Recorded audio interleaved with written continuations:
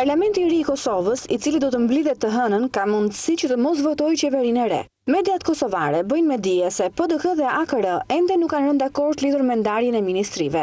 AKR e ka konsideruar të nxituara deklaratat e nënkretarit të PDK, Sajredin Kuçi, se koalicioni do të nënshkruhet të shtunën, përderisa nuk është definitive ndarja e ministrive.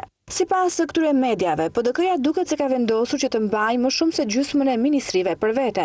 Zyrtarë të lartë të kësaj partie kanë bërë të ditur se 4 ministri mund të shkojnë për koalicionin Kosova e re, 2 ministri i Partisë Serbe, 1 ministri komunitetit jo serb dhe 1 ministri tjetër listës Dr. Ibrahim Rugova.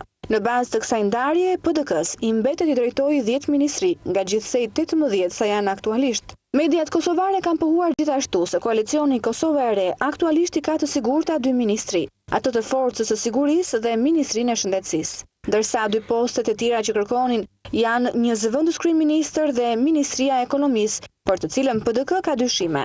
Listës Dr. Ibrahim Rugova ka gjasa të jepet Ministria e Mjedisit dhe Planifikimit Hapësinor. Kjo listë është duke insistuar që ta sistemojë edhe Bujar Bukoshin në postin e zëvendës kryeministrit. Por ajo çka po paraqet shqetësim brenda PDK-s është mos votimi i kandidaturës së Bexhet Paçollit nga PDK. Kjo për faktin se disa deputet janë shprehur kundër kandidaturës së Paçollit. Burimet e kohës ditore brenda PDK-s kanë njoftuar se Thaçi nuk e ka të drejtën e votimit të kabinetit të ministrave, sa e ka të drejtën e mos votimit të kandidatit për president Bexhet Paçolli. Krejt kjo për faktin se ka marrë sinjale nga deputetët caktuar brenda partisë se nuk do ta votojnë Paçollin për kryetar shteti. Sipas burimeve brenda PDK për mediat kosovare, kjo mund të sjellë një vendim nga ana e Thaçit për votimin e presidentit.